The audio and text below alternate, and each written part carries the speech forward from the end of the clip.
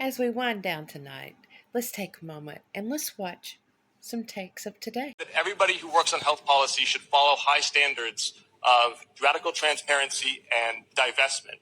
So I've asked him questions about whether he's done that. Should he, in keeping with what you just said at the top of this, should he be radically transparent? Let me ask you this. Have you accepted $400,000 from pharmaceutical companies? The reason you know that is because I have financial disclosure forms, and I'm asking him to submit the same thing. So should he do the same thing? Because when he doesn't, let's talk about what happened.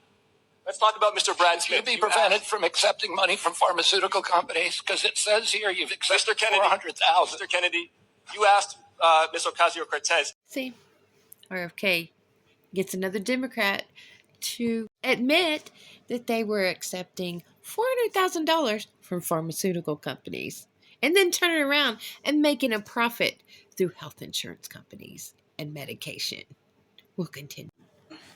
Obviously, has been bombs, missiles, all kinds of stuff. And to be clear, I've still not gotten any type of briefing. So just so y'all know, nobody's tried to call us in for a top secret briefing at all as whole sitting members of Congress, but whatever. So I wanted to. She doesn't perceive to be a member of Congress that seriously is interested in knowing information. It's more of, she showed that pendant I don't know how many times, brag. It's more as if she's pouting because it's a club that she hasn't gotten into and she got rejected. Personally, I don't believe they can trust these Democrats that are throwing their tantrums like this. What are you, protesting peace? Because that's what we have going.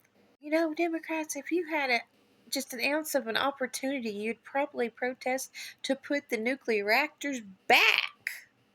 Yes, Jasmine, we know you're a member of Congress, and however the hell you did that, I don't know. I know Alex Soros, George Soros, are good friends of yours. But let's continue. Scrolling through your Facebook this morning, on your Facebook page, you said that this bill strengthens Medicaid by not allowing illegal immigrants to use Medicaid.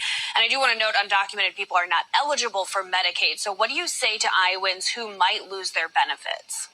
Well, what I say is that you're correct. Undocumented illegal aliens are not supposed to be on Medicaid, but yet they are.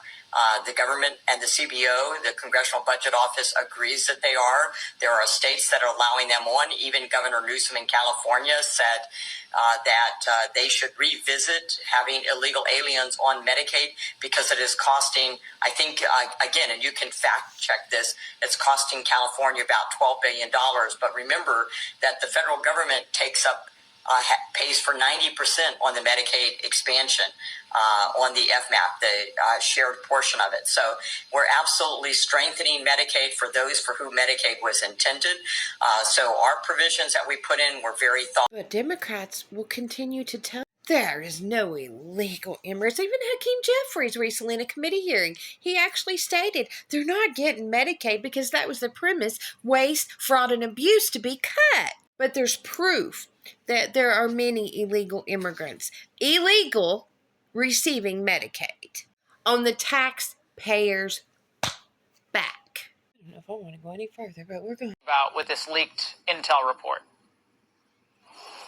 Well, it goes without saying that leaking that type of information, whatever the information, whatever side it comes out on, is outrageous. It's treasonous. So it ought to be investigated, and whoever did it, whoever's responsible for it, should be held accountable.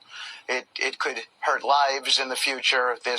Leaking is a completely unacceptable thing. But let me give you, because I've read all the damage assessment reports from not just our government, but from other governments. And I'm not going to get into anything that's top secret, but let me tell you for sure what happened here.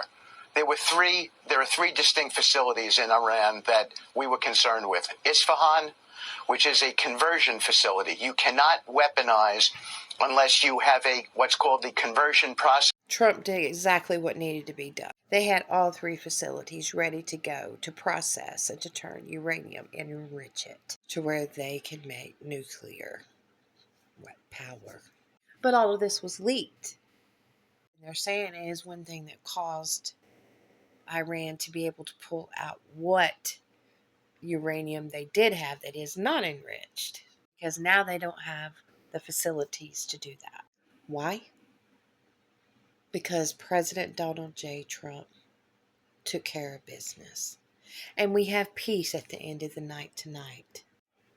Iran and Israel not shooting bombs at each other, rockets at each other. Tel Aviv and Tehran say they're trying to get back to normal. And hopefully Iran will become liberated. Trump learned the first time around. But General Milley, remember, he wanted to tip China off if anything was to be done, plans and all. Fool me once, shame on you. Fool me twice, shame on me. Cut your crazy out.